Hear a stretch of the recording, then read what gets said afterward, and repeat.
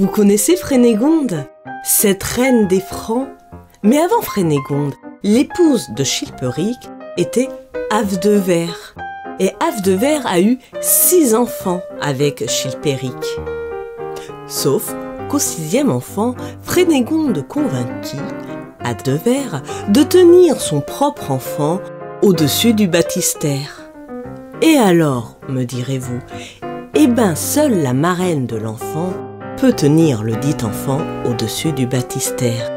Ainsi, Havdever devint la marraine de son propre enfant. Or, il était interdit d'avoir des relations charnelles avec la marraine de son propre enfant. C'était considéré comme un inceste. Ainsi, ne pouvant plus procréer avec Havdever, Chilperic la répudie et épouse Frénégonde. Quant à Frénégonde, elle finit le travail et se débarrasse pour de vrai d'Havdever et de ses 6 enfants.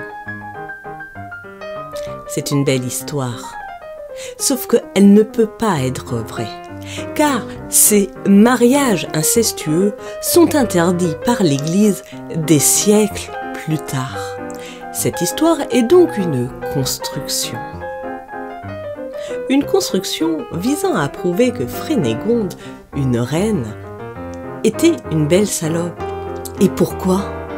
Eh bien parce que cette histoire a certainement été inventée au moment où les Plantagenets revendiquent les droits sur la France. Et l'objectif de cette histoire est de montrer que les femmes ne sont pas à même de gouverner un pays et que quand ce fut le cas, ce fut terrible. Or, ce fut le cas quand? Eh bien, au moment de Frénégonde, celle qui a tenu les reines de la France. Et donc, l'objectif est bien de détruire le personnage de Frénégonde. Comme quoi, des fois, l'histoire ne raconte pas exactement ce que l'on croit entendre.